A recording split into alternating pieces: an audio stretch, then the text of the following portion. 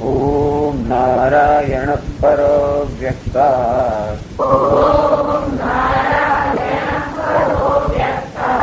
અંડમવ્યક્ત સંભવમ અંડસ્યાંતસ્તુ મે લોકાઃ સપ્તદ્વીપાચ મેદિની.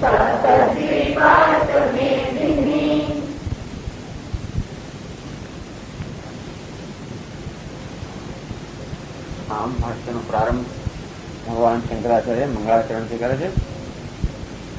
તત્વના સ્મરણ સાથે નારાયણ એ તત્વ છે. નરાણામ અયનમ અને નારાયણામ અયનમ નારાયણ. નાર એટલે કે નરનો સમૂહ અને નાર કહેવામાં આવે છે. આમ સર્વ પ્રાણી માત્રનું જે જીવનનું ધ્યેય છે એનું નામ નારાયણ. અર્થાત જે પૂર્ણ છે, અનંત છે એ પરમાત્મા એટલે નારાયણ. અથવા નારાહ અયનમ નિશ્ચિત જે સર્વ પ્રાણીમાં નિવાસ કરે છે એનું નામ પણ નારાયણ. અર્થાત જે સર્વનું અંતર્યામી છે એ નારાયણ સર્વનું અંતર્યામી અર્થાત જે જીવનું તો વાસ્તવિક સ્વરૂપ છે અને જે પરમાત્મા છે સર્વ જીવો વડે એની પ્રાપ્તિ માટે પ્રયત્ન કરી રહ્યો છે. સર્વના જીવનનું જે ધ્યેય છે એવો નારાયણ અવ્યક્તથી માયાથી પર છે, માયાથી અસ્પૃષ્ટ છે. જે કંઈ જગતમાં અનર્થ છે, જે કંઈ દુઃખ વગેરે છે સર્વ માયામાં જ છે. ભગવાન જે છે માયાથી અસ્પૃષ્ટ છે અને એટલે સર્વ અનર્થથી મુક્ત છે. અને તેથી એ ભગવાનનું જ્ઞાન પ્રાપ્ત કરીએ, અસ્વરૂપ જ્ઞાન પ્રાપ્ત કરીએ કે આ ભગવાનથી હું ભિન્ન નથી તો આપણે પણ માયા એમાંથી જન્મતા સર્વ અનર્થમાંથી મુક્ત થઈએ. એટલે એ પ્રકારનું જીવનનું જે ધ્યેય છે સર્વ અનર્થમાંથી મુક્તિ અને નારાયણ પૂર્ણતા અથવા સર્વ આનંદની પ્રાપ્તિ એ જે ધ્યેય છે એ પણ નારાયણ શબ્દથી અહીંયા સૂચિત થાય છે. એ ભગવાન નારાયણ સૃષ્ટવા એકદમ જગત એને પહેલા સમગ્ર જગતનું સર્જન કર્યું અને પછી તસ્ય સ્થિતિમ વિક્લીશુઃ અને પછી એમને પોતે સર્જન કર્યું એટલે આપોઆપ ઈચ્છા થઈ હોય કે જે જગતનું મારા વડે સર્જન કર્યું છે એ જગતની વ્યવસ્થા જળવાઈ રહે છે. એટલે સર્જન આપણે કહ્યું યાવત ચંદ્ર વિવાહ કરો. હવે તો ટેલિવિઝન વાળા કે અમારો ટેલિવિઝન સાઉન્ડ ટેલિવિઝન સૂર્ય ચંદ્ર છે ત્યાંથી એટલે દરેકની એવી ઈચ્છા હોય કે નાનામાં નાની વસ્તુનું આપણે સર્જન કરીએ એનો ક્યારે નાશ ના થવો જોઈએ. આપણો કોઈને કાગળ લખ્યો હોય અને કોઈ આપણે એવો આપણે રાખીએ માનીએ ઈચ્છીએ કે આપણો કાગળ સચવાઈ રહે. કોઈ આપણે દેખતા જ કાગળ આપણે ફાડી નાખે તો આપણે બહુ દુઃખ થતું હોય. આપણું કંઈક પણ સર્જન હોય એ અમને જાણે ચાલુ રહેવું જોઈએ, સ્થાયી હોવું જોઈએ. તો ભગવાને જયારે સર્જન કર્યું જગતનું આપોઆપ જ એ સર્જનની પાછળ ઈચ્છા છે કે જે જગતનું સર્જન થયું છે એની સ્થિતિ જળવાઈ રહેવી જોઈએ, એમાં વ્યવસ્થા જળવાઈ રહેવી જોઈએ. જે પ્રાણીઓનું સર્જન થયું છે એ પણ વ્યવસ્થિત સંવાદિત સુખી જીવન ગાળી શકે.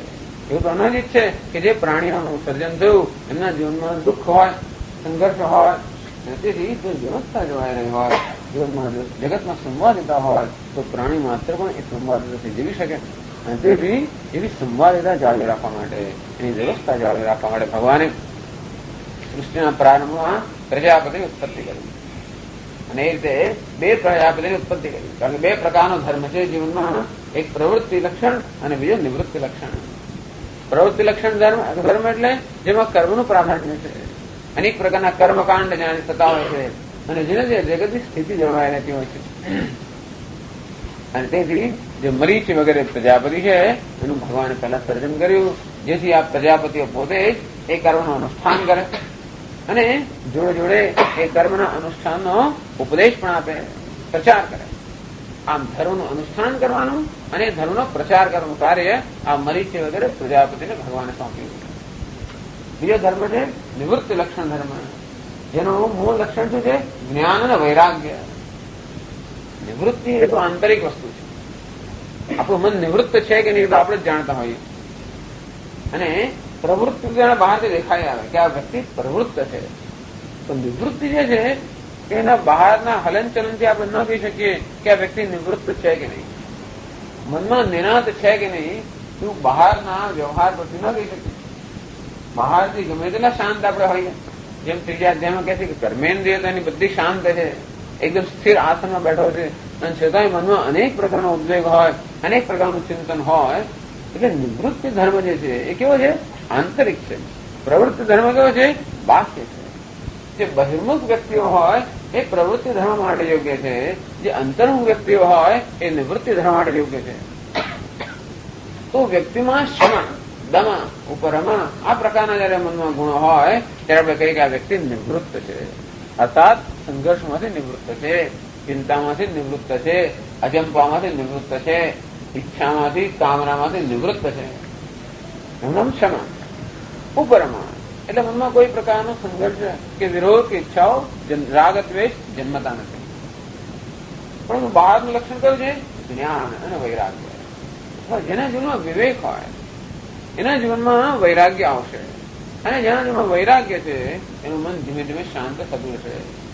કારણ કે હંમેશા વિષયોનો જે અભિલાષા, જે ઈચ્છા હોય છે, ભોગની ઈચ્છા, એ જ અનેક પ્રકારના સંઘર્ષ ઉત્પન્ન કરતી હોય છે. એટલે કે જ્ઞાન વૈરાગ્ય લક્ષણમ નિવૃત્તિ ધર્મમ ગ્રાહયામાસ.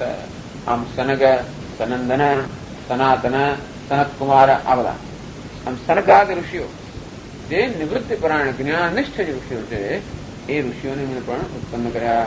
માનથી આ બધા માનસ પુત્રો છે. આ માનસ પુત્રોને પણ ઉત્પન્ન કર્યા. અને વૈરાગ્ય ધર્મમ જ્ઞાન વૈરાગ્ય નિવૃત્તિ ધર્મમ જ્ઞાન વૈરાગ્ય લક્ષણમ ગ્રાહયામાસ. એમને કે તમે આ ધર્મને ગ્રહણ કરો. ધર્મનો પ્રચાર ત્યારે જ થાય જયારે એનો જે નેતા હોય એ ધર્મનું પાલન કરતો હોય. એટલે પેલા મરીચી વગેરે જે પ્રજાપતિઓ છે આપણે જોયું પુરાણોમાં, એ લોકો સતત અનેક પ્રકારના કર્મ કરતા હોય, જાત જાતના યજ્ઞ યાગાદી કરતા હોય. એ પોતે પણ ધર્મનું અનુષ્ઠાન કરે અને પછી એનો પ્રચાર કરે. તે જ રીતે આ સનક સનંદન એમનું જીવન કેવું છે? નિવૃત્તિ લક્ષણ ધર્મ જીવન, જ્ઞાન નિષ્ઠ જીવન. એ પોતે પણ નિવૃત્તિ ધર્મનું અનુષ્ઠાન કરે અને એ પ્રકારના ધર્મનો પ્રચાર કરે. આ પ્રકારે આ બે ધર્મ અને બે ધર્મનું જે રક્ષણ કરનારા અથવા પાલન કરનારા પ્રજાપતિઓને પણ ભગવાને સૃષ્ટિના પ્રારંભમાં એમનું પણ સર્જન કર્યું. પછી કોઈને એમ કહેતા સ્ત્રીઓ પણ ધર્મ હોય કે ના હોય? ધર્મ વિશે તો અનેક પ્રકારના વાદ વિવાદ છે. જેટલા ઋષિ મુનિઓને પૂછીએ બધા ધર્મની કઈ જુદી જુદી વ્યાખ્યા કરતા હોય. તો આપણે તો બે પ્રકારના ધર્મ કયા? એક પ્રવૃત્તિ લક્ષણ ધર્મ, બીજો નિવૃત્તિ લક્ષણ ધર્મ. શું ત્રીજો કોઈ ધર્મ છે કે નહીં? આ જગતની સ્થિતિ, જગતની વ્યવસ્થા જાળવવા માટે શું આ માત્ર બે ધર્મ જ પૂરતા છે કે ત્રીજા પણ ધર્મને ભગવાન ઉત્પન્ન કર્યો? એટલે આગળ શંકરાચાર્ય મહારાજ કહે છે આ પાનામાં ત્રીજી પંક્તિ, બીજો પેરેગ્રાફ. દ્વિવિધો હિ વેદોક્તો ધર્મ પ્રવૃત્તિ લક્ષણ નિવૃત્તિ લક્ષણશ્ચ. કારણ કે કેમ ભગવાને માત્ર આ બે ધર્મ ઉત્પન્ન કર્યા? કારણ કે વિવિધો હિ ધર્મ, આ બસ બે પ્રકારનો જ ધર્મ છે. ધર્મ તો એક વચન છે, એક જ ધર્મ છે. એના જ આ બે શું છે? તબક્કાઓ છે. એક જ ધર્મના આ બે તબક્કાઓ છે. પ્રવૃત્તિ લક્ષણ નિવૃત્તિ લક્ષણ છે. પહેલો તબક્કો કયો છે? પ્રવૃત્તિ. અને બીજો તબક્કો છે નિવૃત્તિ. એટલે પ્રવૃત્તિ સાધન પહેલું પગથિયું, નિવૃત્તિ બીજું પગથિયું. આમ પ્રવૃત્તિ જે છે શું બને છે? સાધન. નિવૃત્તિ જે છે એ સાધ્ય. અર્થાત પ્રવૃત્તિ કે કર્મ એવી રીતે કરવું જોઈએ કે જેથી આપણે નિવૃત્ત થઈ શકીએ. એ પ્રકારે કર્મ આપણે કરીએ જયારે આપણે પ્રવૃત્ત હોઈએ જીવનની અંદર, ત્યારે એ રીતે જો કર્મ કર્યું હોય જેથી નિવૃત્તિ માટે તૈયાર થઈએ. જયારે રિટાયર થવાનું આવે ત્યારે આપણે એ કર્મનો ત્યાગ કરવા તૈયાર હોઈએ અને નિવૃત્ત થયા પછી જે સમય આપણે કે જે નિરાત મળી હોય એને માણી શકીએ. એ પ્રકારની મનસ્થિતિ આપણે તૈયાર થઈ હોય તો એ સમજવું કે આપણે પ્રવૃત્તિ બરોબર કરી છે. પણ સામાન્ય રીતે એવું થતું નથી. જયારે રિટાયર થવાનું આવે એની પહેલા બહુ ચિંતા થતી હોય લોકો કે હવે નિવૃત્ત શું કરીશું આપણે. પહેલેથી જ કે બે ચાર પાર્ટ ટાઈમ નોકરી શોધી રાખી હોય અને બીજા વાટાઘાટો કરતા હોય. આમ જયારે કામ કરતો હોય ત્યારે હંમેશા રવિવારની જ રાહ જોતો હોય. આવતીકાલે બુધવાર છે, 23 થાય, ચાલો રજા છે. એટલે અત્યારથી એ લોકો માણતા હોય કે ચાલો કાલે રજા આપણે કેવું સારું.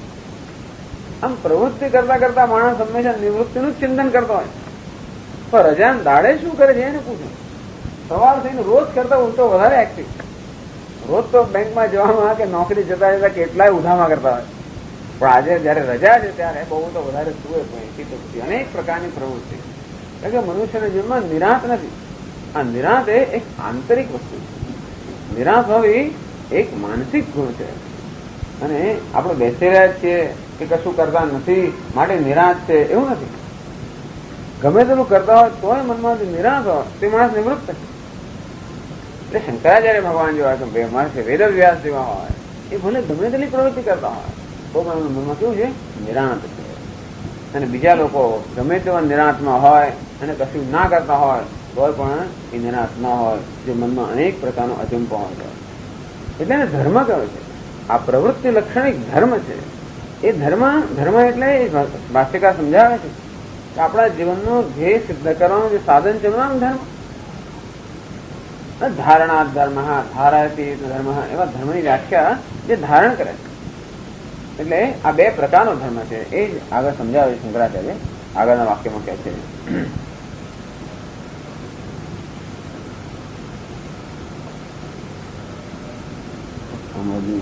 જગત સિદ્ધિ કારણમ એટલે જ મેં સામે રાખ્યું છે, કારણ કે કદાચ તમારું મળે નહીં. પ્રાણીનામ સાક્ષાત અભ્યુદય નિશ્રેયસ હેતુ યહ ધર્મ બ્રાહ્મણાદ્યૈ વર્ણિભિઃ આશ્રમિભિશ્ચ શ્રેયોસિભિઃ અનુષ્ઠીયમાનઃ.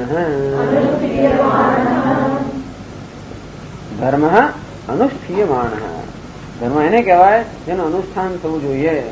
માત્ર બુદ્ધિમાં જ્ઞાનના સ્તરે રહી જાય એનું નામ ધર્મ નથી. જે આપણા જીવનને ધારણ કરે અને કે જે જગત સ્થિતિ કારણમ. ધર્મની વ્યાખ્યા ધ્રુવ ધાતુ. ધ્રુવ એટલે ધારણ કરવું. એ ધ્રુવ ધાતુ ધર્મ શબ્દ બનેલો છે. જે ધારણ કરે છે એનું નામ ધર્મ. એટલે શંકરાચાર્ય મહારાજ કે જગત સ્થિતિ કારણમ. જગતની સ્થિતિનું, જગતને ધારણ કરવાનું જે કારણ છે, જે સાધન છે. ધર્મ એટલે જે જગતની વ્યવસ્થા જાળવવાનું, જગતનું અસ્તિત્વ ચાલુ રાખવાનું, જગતની સ્થિતિ ચાલુ રાખવાનું જે કારણ છે એનું ધર્મ. એ ધર્મ ન હોય તો જગતની સ્થિતિ ન જળવાઈ રહે. એકવાર અંધાધૂંધી વ્યાપી જાય, આ સર્વત્ર સંઘર્ષ ઉત્પન્ન થાય. જગતની સ્થિતિ ત્યારે જળવાઈ રહે જ્યારે બધા મનુષ્યના હૃદયની અંદર એક પ્રકારની સંવાદિતા હોય, સમભાવ હોય, એકબીજાને સહયોગથી કામ કરતા હોય, એકબીજાનો વિરોધ ન થતો હોય. આમ જે સર્વત્ર સંવાદિતા સ્થાપિત કરે, સહયોગ સ્થાપિત કરે, સમભાવતા સ્થાપિત કરે એનું નામ ધર્મ.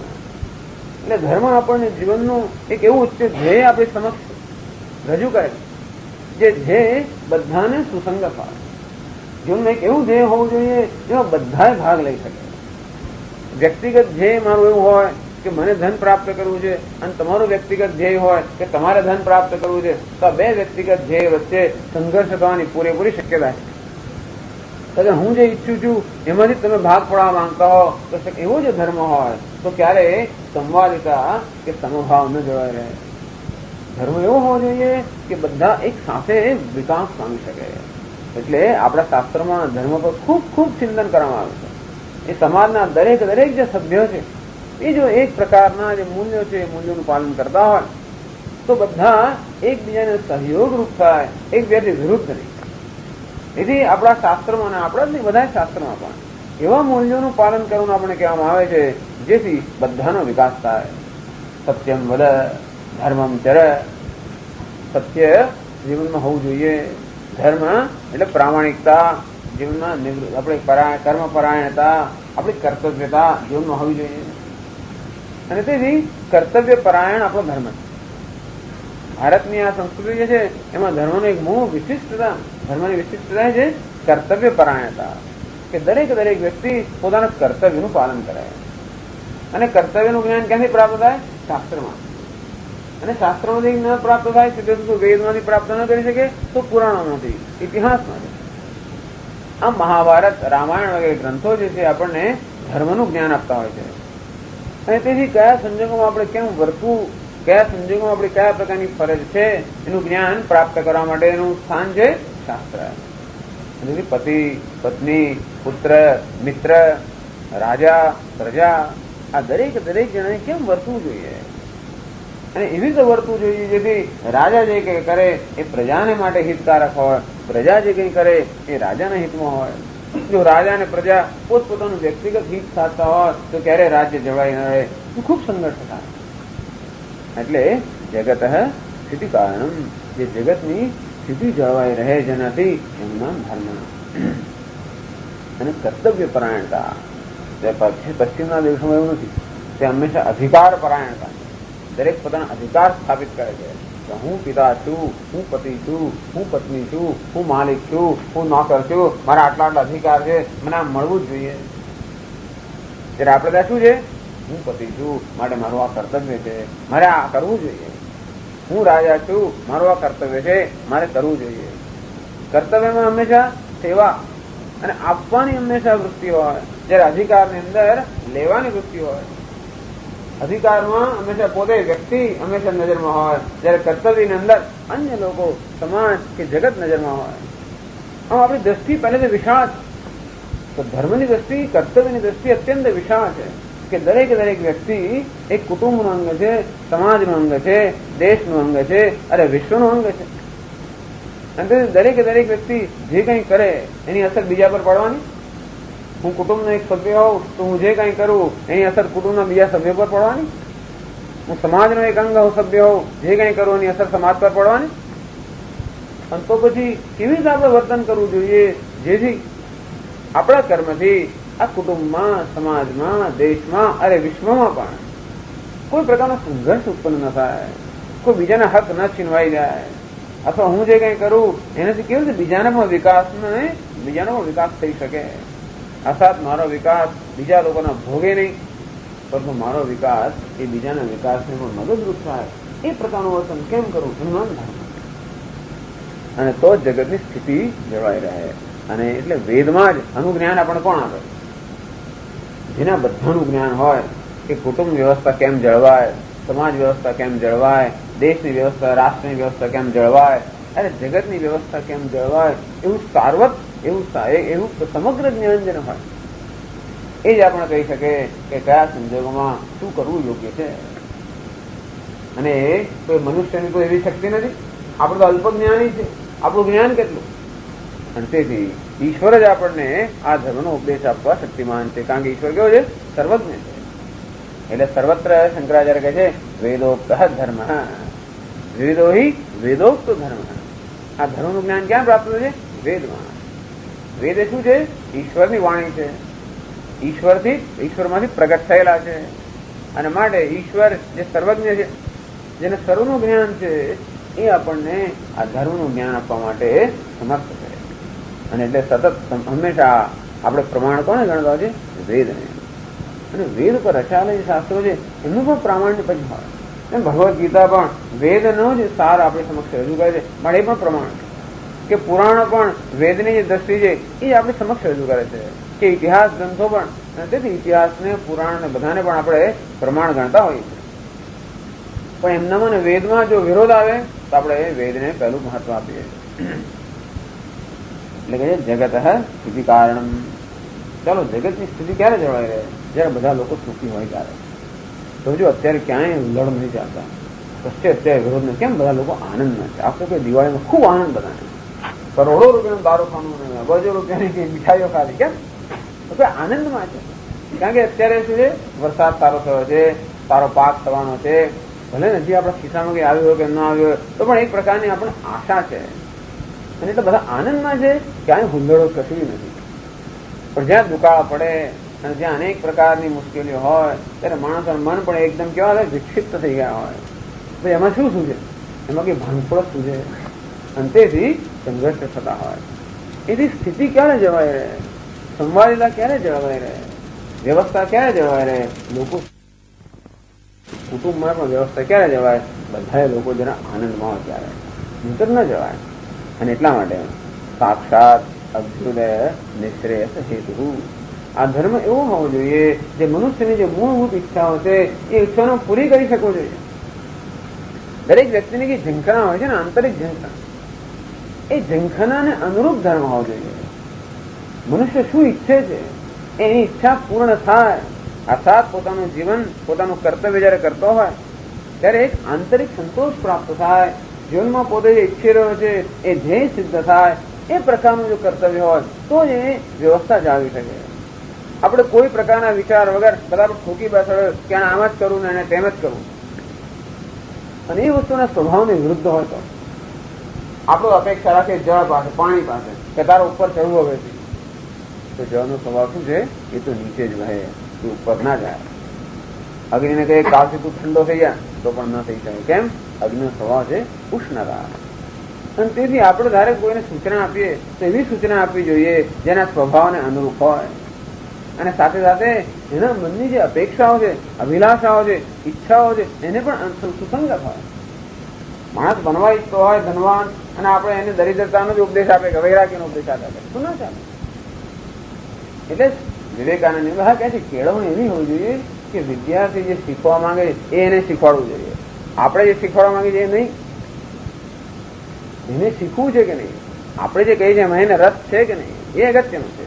એને જેમાં રસ હોય એ વસ્તુ આપણને કહેવી જોઈએ, એને શીખવાડવું જોઈએ. એ જ રીતે મનુષ્યો જે ઈચ્છતા હોય અને એ જે પ્રકારના જીવનના ધ્યેય સેવતા હોય એ જીવનનું ધ્યેય લોકો સિદ્ધ કરી શકે એ પ્રકારની વ્યવસ્થા આપણે કરવી જોઈએ.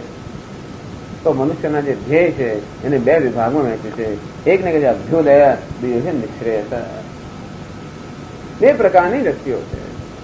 એક પ્રકારની વ્યક્તિઓ એવી છે જે જીવનનો ભોગ ઈચ્છે છે, જે જીવનમાં સમૃદ્ધિ ઈચ્છે છે, જે જગતમાંથી વિષયોમાંથી આનંદ પ્રાપ્ત કરવા ઈચ્છે છે. આ બહિર્મુખ વ્યક્તિઓ છે. એટલે પાપી જેવું નહીં, એ તો એ લોકો પણ ધર્મનિષ્ઠ છે, પણ છતાં અત્યારે જીવન વિશેની એની સમજ કેવી? દરેક વ્યક્તિ જીવન શું ઈચ્છે? જીવન વિશેની પોતાની જે સમજ હોય એ પ્રકારની ઈચ્છા હોય. જે લોકો એમ માનતા હોય કે સુખ જગતમાં છે, સમૃદ્ધિમાં છે, સત્તામાં છે, સ્વર્ગમાં છે, એવી જેની માન્યતા હોય એ લોકો શું ઈચ્છે? સ્વર્ગ ઈચ્છે, સમૃદ્ધિ ઈચ્છે. જેમાં આપણે સુખ દેખાતો હોય એ વસ્તુ આપણે આપવા ઈચ્છે. દરેક વ્યક્તિ સુખ ઈચ્છે છે, પણ જોઈએ છે કે દરેકની ઈચ્છા સુખની હોવા છતાં પણ બધા લોકો જુદું જુદું જ કરતા હોય. કોઈ બે જણ એક સરખું કામ કરતા જ નથી હોતા. કેમ? કે દરેકનો અભિપ્રાય સુખ વિશે જુદો જુદો હોય છે. એટલે જે લોકો એમ માને છે કે જગતમાં સુખ છે, સ્વર્ગમાં સુખ છે, એ લોકો આપોઆપ જ સ્વર્ગ પ્રાપ્ત કરવા ઈચ્છે, જગતના પદાર્થો ઈચ્છે, એ લોકો પ્રતિષ્ઠા, સત્તા એવું ઈચ્છે. તો આ પ્રકારની ઈચ્છા જે છે એને આપણે ના તો ન જ પાડી શકીએ. એને કઈ જા તું ખોટો, તને ખબર નથી પડતી, તને જ્ઞાન નથી, તો આપણો ઉપદેશ સાંભળે નહીં. કારણ કે ઉપદેશ ગ્રહણ કરવા અત્યારે તૈયાર નથી. નાના બાળકને ગમે તેને ચોકલેટ ખાવી હોય, ગમે તેટલો ઉપદેશ આપો ને તમે કે તને ડાયાબિટીસ થશે, તારા દાંત ખરાબ થઈ, બધું તમે કહો, એ કોઈ ઉપદેશ એના પર અસર ના થાય. કારણ કે અત્યારે એ ઉપદેશ ગ્રહણ કરવા તૈયાર નથી.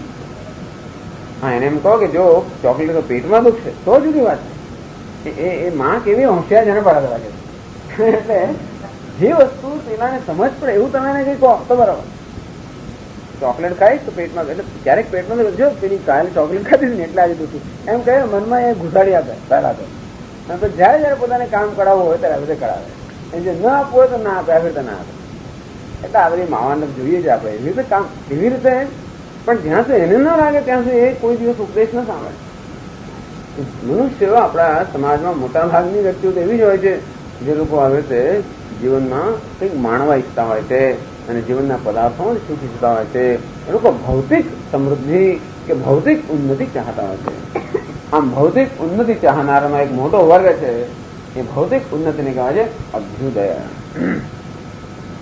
અને બીજા ઘણા ગાંઠ્યા લોકો હોય, મનુષ્યાણામ સહસ્રેષુ, હજારોમાં કોઈ કઈ ગયો હોય જેને કઈ જીવનના અનુભવ જે કંઈક શીખ્યો હોય અને જેને હવે એવી સૂઝ કે સમજ ઉત્પન્ન જન્મમાં થઈ હોય કે આ જગતમાં ગમે તેવા ફાંફા મારવાથી પણ આપણું કંઈ ફળવાનું નથી, જે કંઈ પ્રાપ્ત કરવાનું છે તો ઈશ્વરને પ્રાપ્ત કરવાનું છે. એટલે ભજ ગોવિંદને ભજ ગોવિંદ. પેલા ડુકરૂમ કરણીમાં પડ્યા છે મોટાભાગના લોકો. ડુકરૂમ કરણે વ્યાકરણના સૂત્રો ગોખે છે, અર્થાત અનેક પ્રકારનું ભૌતિક જ્ઞાન, અનેક પ્રકારની ભૌતિક સિદ્ધિઓ તમે એમને ગમે તેટલું કહો તો પણ ના સમજાય. અત્યારે કેટલા બુદ્ધિમાન માણસો તમે જોવા જાવ, કેટલા વૈજ્ઞાનિકો છે, કેટલા એન્જિનિયરો છે, કેટલા ડોક્ટરો છે, કેટલા પ્રોફેસરો છે, કેટલા સાહિત્યકારો છે. તો એમનો બુદ્ધિ આપણા કરતા બહુ વધારે બુદ્ધિ છે એમના.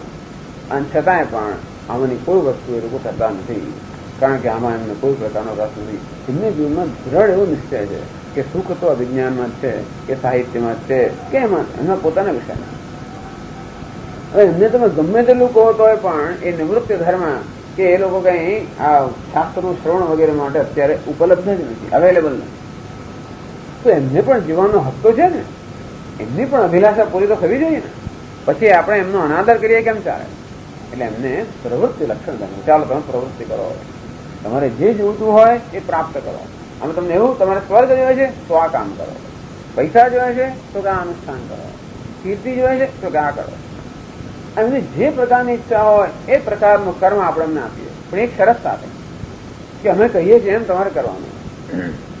અર્થાત તમે કર્મ કરો ખરા, પરંતુ એવી રીતે કર્મ કરો જેથી તમે બીજાના આડે ના આવો. તમારે પોતાની ધ્યેયની સિદ્ધિમાં પછી બીજા પર તમે પાટું મારો કે બીજાના હક છીનવી લો, એવી રીતે નહીં કરવાનું.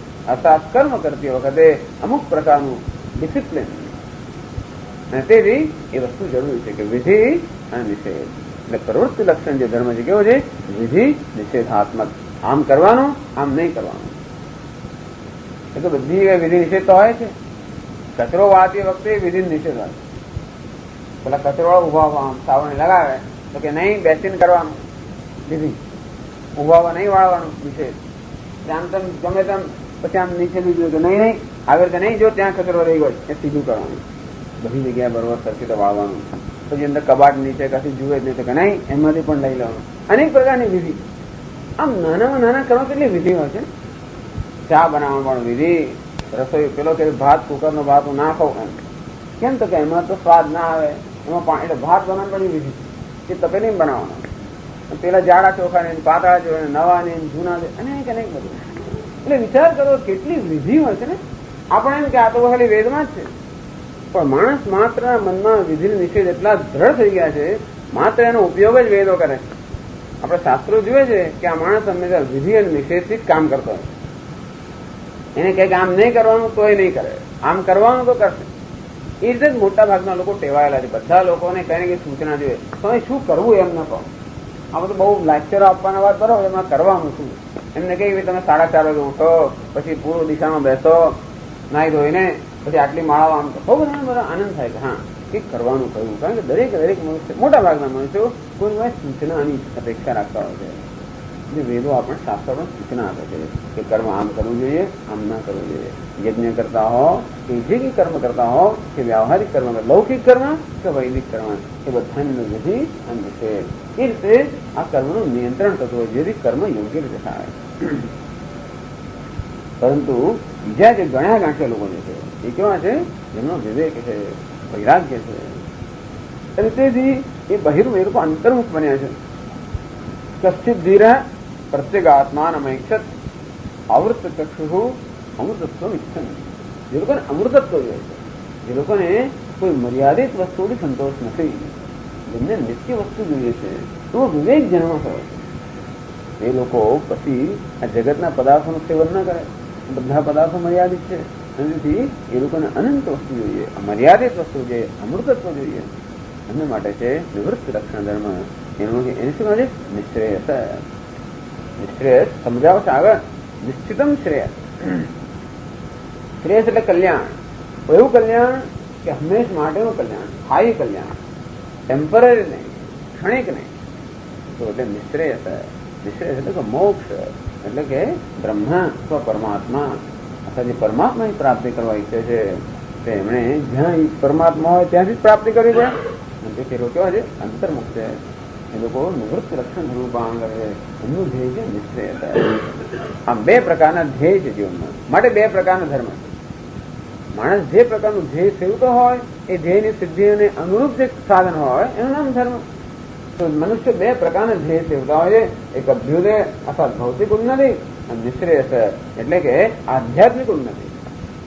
આમ કોઈક આધ્યાત્મિક ઉન્નતિ સેવતા હોય છે, કોઈ ભૌતિક ઉન્નતિ. પેલા માટે પ્રવૃત્તિ લક્ષણ ધર્મ, આધ્યાત્મિક ઉન્નતિ માટે નિવૃત્તિ લક્ષણ ધર્મ. યહ સહ ધર્મ, આને ધર્મ કહેવાય. જે અભ્યુદય અને નિશ્રેયસ જે જીવનના ધ્યેય છે એ ધ્યેયને સિદ્ધ કરવા માટેનું યોગ્ય સાધન હોય. તો ખાલી પુસ્તકોમાં તો ના ચાલે. બ્રાહ્મણાદ્યૈ વર્ણિભિ આશ્રમિભિશ્ચ શ્રેયોર્થિભિ અનુષ્ઠીયમાન. એ તો એનું અનુષ્ઠાન, એની પણ વ્યવસ્થા છે. બધાએ કર્મ બધાએ કરે ના ચાલે. પછી તો આપણે શાસ્ત્ર ખોલીએ ને પછી આપણે જે ફાવે કર્મ આપણે કરીએ ના ચાલે.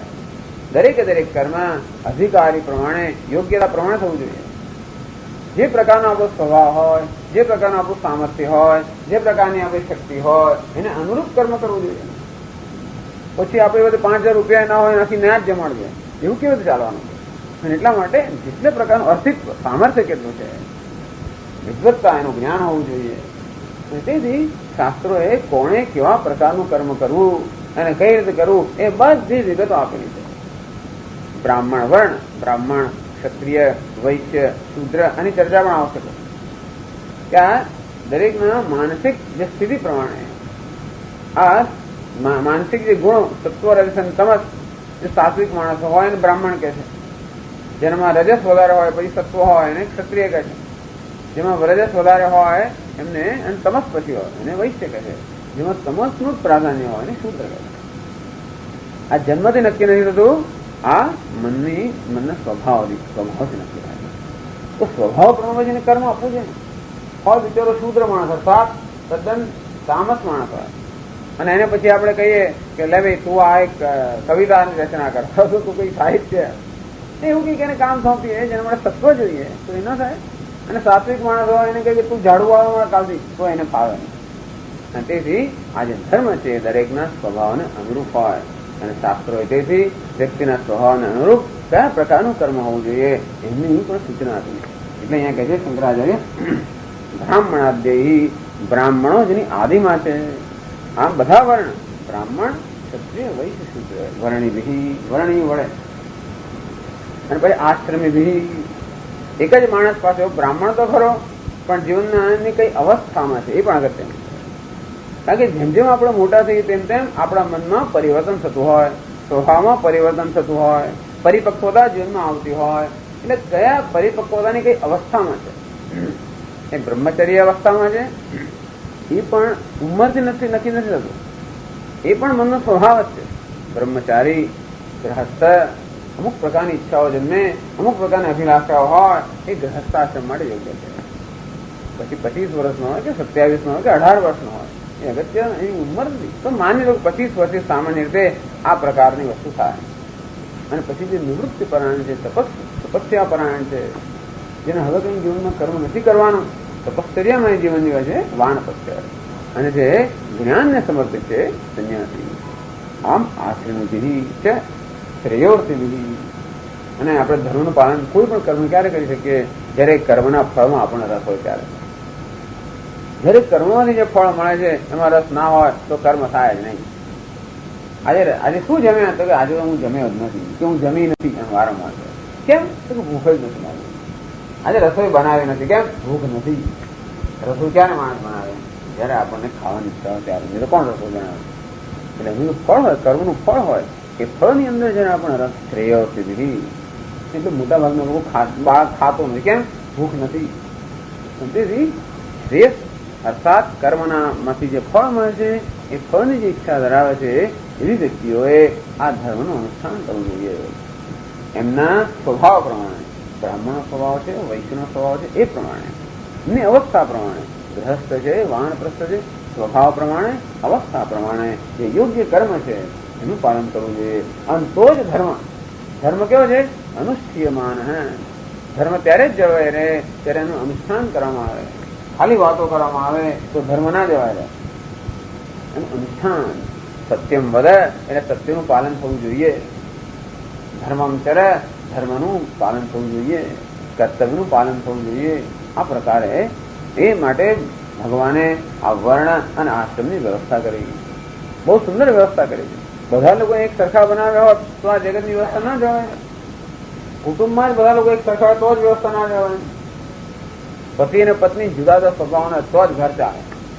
એક ઘર રખવું હોય અર્થાત એક હિસાબ રાખવો હોય અને બીજું ખર્ચવું ત્યારે કામ લાગે. બંને જ્યાં ખર્ચ ના આવે તોય કશું ના થાય અને હિસાબ જ રાખવાના તોય કશું ના થાય. અને માટે એટલે આ જાતની બધી રચના છે. તો કોઈ પણ વ્યવસ્થા ક્યારે ચાલે? જે પ્રકારના કર્મ કરવાનો હોય એને અનુરૂપ વ્યક્તિ હોય ત્યારે. એટલે ભગવાને બધાને જુદા જુદા એટલા માટે જ બનાવે. સારું છે. અને તો જગતની વ્યવસ્થા જવાય રહે. શ્રેયોથી અનુષ્ઠીયમાન. ક્યાંથી અનુષ્ઠાન કરવું છે? 2-5 દિવસ કર્યું ચાલે તો કે નહીં? આગળ કહે છે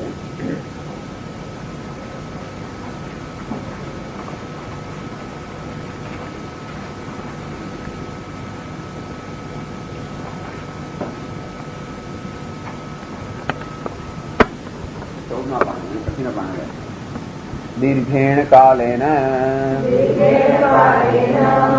આટલું પહેલા દીર્ઘેણ કાલેન આગળ સાથે પણ જાય એટલે દીર્ઘકાળ સુધી. અર્થાત કોઈ સંસ્કૃતિ ત્યારે રચાય જ્યારે દીર્ઘકાળ સુધી સમાજના જે સભ્યો છે એક પ્રકારના ધર્મનું એક પ્રકારના મૂલ્યોનું પાલન કરતા હોય. તેથી આપણે સંસ્કૃતિ, ભારતીય સંસ્કૃતિ, ઇજિપ્તની સંસ્કૃતિ, ગ્રીકની સંસ્કૃતિ, કારણ કે દીર્ઘકાળ સુધી, સેંકડો વર્ષ સુધી જયારે સમાજના બધા સભ્યો એક પ્રકારના મૂલ્યોનું, બધા એક પ્રકારના મૂલ્યોનું પાલન કરતા હોય ત્યારે એક પ્રકારની વ્યવસ્થા ત્યાં બને ત્યારે એને કહેવામાં છે. એટલે એ રીતે એને કહેવામાં છે ધર્મનું અનુષ્ઠાન. અર્થાત ધર્મ અનુષ્ઠાન દીર્ઘકાળથી થવું જોઈએ. દીર્ઘકાળથી અનુષ્ઠાન થયું. હવે આ ધર્મથી જ જો રચના થતી હોય, જો વ્યવસ્થા થતી હોય તો પછી આ ભગવાને અવતાર લેવાની જરૂર શું કામ પડ્યું? ભગવાને આ જગતની રચના કરી. આ પ્રવૃત્તિ અને નિવૃત્તિ 2 પ્રકારના ધર્મની રચના કરી. એ ધર્મના વ્યવસ્થા માટે પ્રજાપતિ અને સનકાદી ઋષિ મુનિઓ એમની રચના કરી. એમને પોતપોતાનું કામ સોંપી દીધું કે તમે આ ધર્મનું પાલન કરો અને એનો પ્રચાર કરો. આમ ધર્મ જ જો આવે તો ફૂલ પ્રૂફ, વોટર ટાઈટ, અથવા એમાં કંઈ પણ મુશ્કેલી આવે એમ ન હોય. એકવાર મશીન બનાવ્યું પછી ચાલ્યા કરે ને સાથે. તેમ ધર્મથી શું જગતની વ્યવસ્થા નહીં ચાલ્યા કરે? એમાં પછી ભગવાને કેમ અહીંયા આગળ અવતાર લેવાની જરૂર પડે? એ પ્રશ્ન એ છે કે આ કૃષ્ણ છે અવતાર છે કે કોણ છે? એ એમાં માનતા નથી. ભગવાને અવતાર લેવાની જરૂર શું કામ પડે? અવતાર લેવો એટલે મનુષ્ય દેહ ગ્રહણ કરવો એટલે બધા પ્રકારની વ્યથામાંથી પસાર થવું. ભગવાને પણ ગર્ભમાં રહેવું પડે, એમને પણ જન્મ લેવો પડે, એમને પણ ઉધરસ થતી હશે, નાણા બધું થાય. એ પછી પેલા ગાડા નીચે સુવાડી રાખે, બીજાને બહુ તાપે લાગતો હોય, ઘણી વાર એવું હોય ને ભૂખ લાગી છે, બૂમ કરતા હોય વગેરે. એટલે આવી જાતની બધી વ્યથામાંથી પસાર થવાનું ભગવાન શા માટે પસંદ કરે? શું કરવા આવો દેહ એમણે ગ્રહણ કરવો પડે? એટલે અમે નથી માનતા કે ભગવાને કે આ દેહ ગ્રહણ કર્યો હોય.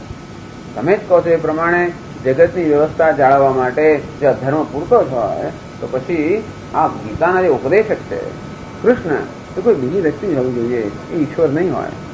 અને બીજી વ્યક્તિ હોય ઈશ્વરથી જરાક પણ ઓછી હોય એટલે પછી એમાં બધા દૂષણો રહેવાના, એમાં રાગ દ્વેષ કંઈક રહેવાના. જ્યાં અંતરમાં પૂર્ણતા ન હોય, કંઈક અપૂર્ણતા હોય એટલે કંઈક રાગ દ્વેષ રહેવાના. રાગ દ્વેષ એટલે પક્ષપાત થવાનો. પછી આ તમને ગમે અને પેલું ના ગમે, પક્ષપાત થવાનો. પક્ષપાત થાય એટલે એક જગ્યાએ વિષમતા, વિષમતા પક્ષપાત. ભાઈ ક્યાંક તમારી ઘૃણા હોય, ક્યાંક તમારી ક્રૂરતા હોય, ક્યાંક તમારો સ્નેહ હોય, આવું બધું થવાનું. અને આવી જંજાળમાં પડેલા માણસો બ્રહ્મનો ઉપદેશ ક્યાંથી આપી શકે? એટલે આ જે શ્રી કૃષ્ણ છે એ ખરેખર ઈશ્વર છે કે બીજું કોઈ છે? એટલે શંકરાચાર્ય બતાવે છે કે કેમ ભગવાને અવતાર લેવાની જરૂર પડી. આ ધર્મની રચના તો કરી, મશીન બનાવ્યું તો ખરું, તો બધા મશીનમાં વારંવાર કઈ મેન્ટેનન્સની જરૂર પડે. આપણું સીવવાનો સંચો તો કઈ ઓઇલ તેલ પૂરવું પડે, કઈ કરવું પડે. એમને કશી વસ્તુ ચાલતી નથી. તેમાં જગતની વ્યવસ્થા પણ બધી સારી રીતે કરી હોય છતાંય પણ હંમેશા માટે ન ચાલે, કારણ કે એમાં પણ અનેક પ્રકારની સમસ્યાઓ ઉભી થઈ શકે. એનું વર્ણન કરે. દીર્ઘેણ કાલેન અનુષ્ઠાત્રિણા કામોદ્ભવાત હીયમાન વિવેક વિજ્ઞાન હેતુકેન અધર્મેણ અભિભૂયમાને ધર્મે પ્રવર્ધમાને ચ અધર્મે જગતઃ સ્થિતિમ પરિપિપાલયિષુઃ સ આદિકર્તા નારાયણાખ્યો વિષ્ણુઃ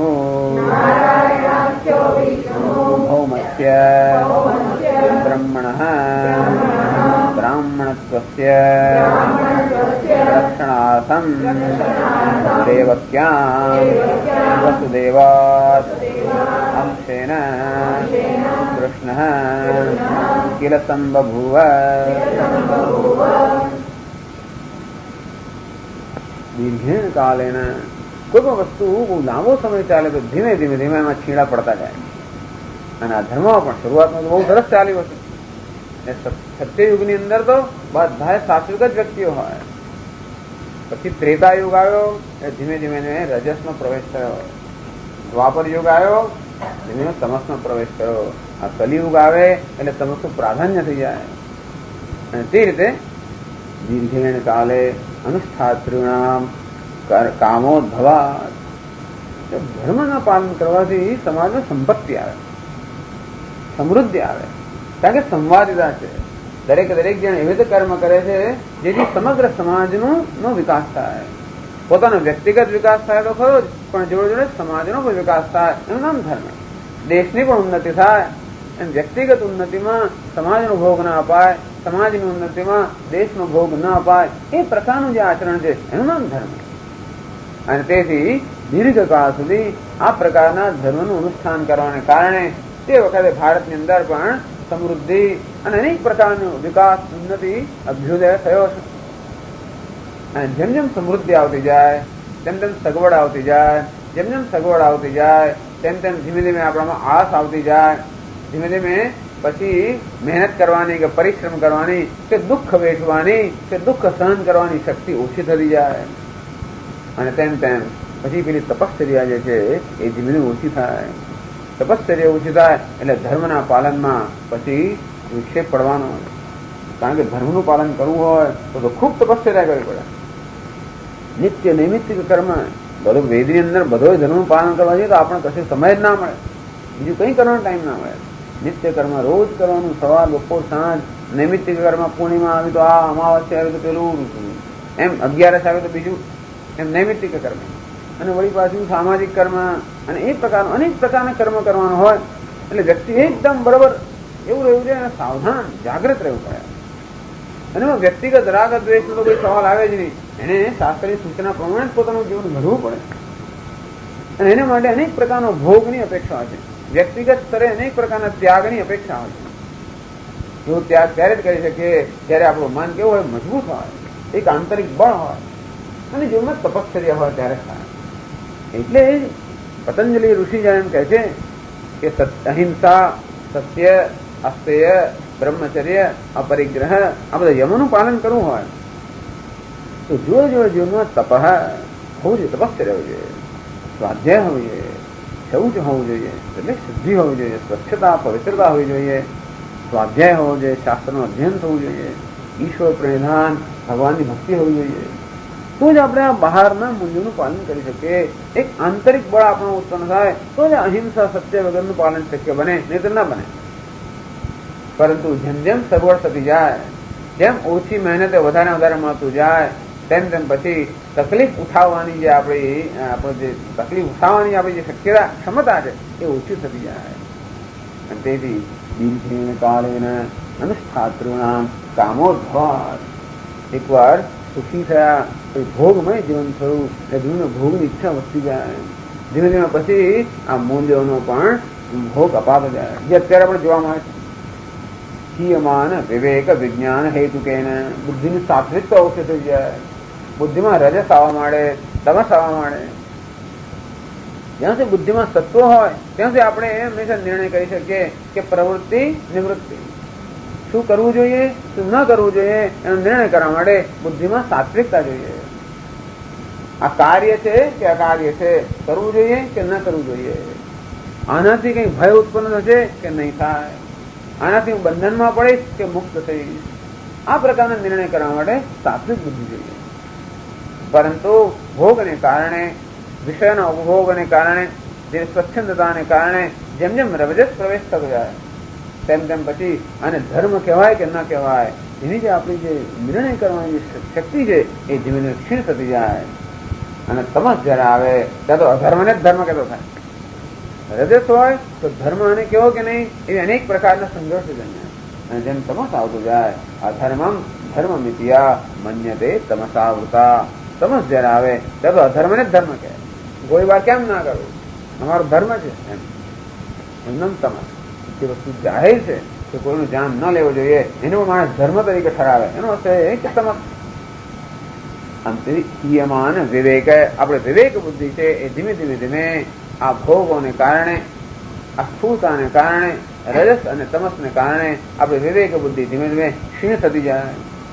સંજોગોમાં નિર્ણય કરવાની આપણી જે સૂક્ષ્મતા છે એ ધીમે ધીમે ઓછી થતી જાય. અને તેથી માણસો પછી જે નિર્ણય લેતા હોય એ નિર્ણય યોગ્ય ન હોય તો પછી એવું બને કે હું જે કરતો હોઉં એને તમને નુકસાન થાય અને તમે જે કરતા હોય એને પેલાને નુકસાન થાય. એમ કરવાને કારણે પછી ધીમે ધીમે મૂલ્યોનો ભોગ અપાતો જાય. જેમ ભોગ ઈચ્છા વધતી જાય, માણસની જરૂરિયાતો વધતી જાય, એમ પોતાના સામર્થ્યથી પણ વધારે જયારે જરૂરિયાતો વધે અને ત્યારે આપણે શું કરીએ? આપણી જરૂરિયાત આપણી પગારથી કે આપણી આવકથી વધારે હોય તો આવક વધારવી જ પડે. અને આવક પ્રામાણિક રીતે ન વધતી હોય તો પછી અપ્રામાણિકતાનો આપણે સહારો લેવો જ પડે. અને એટલે આ ધર્મ અર્થાત મૂલ્યોનો ત્યાગ.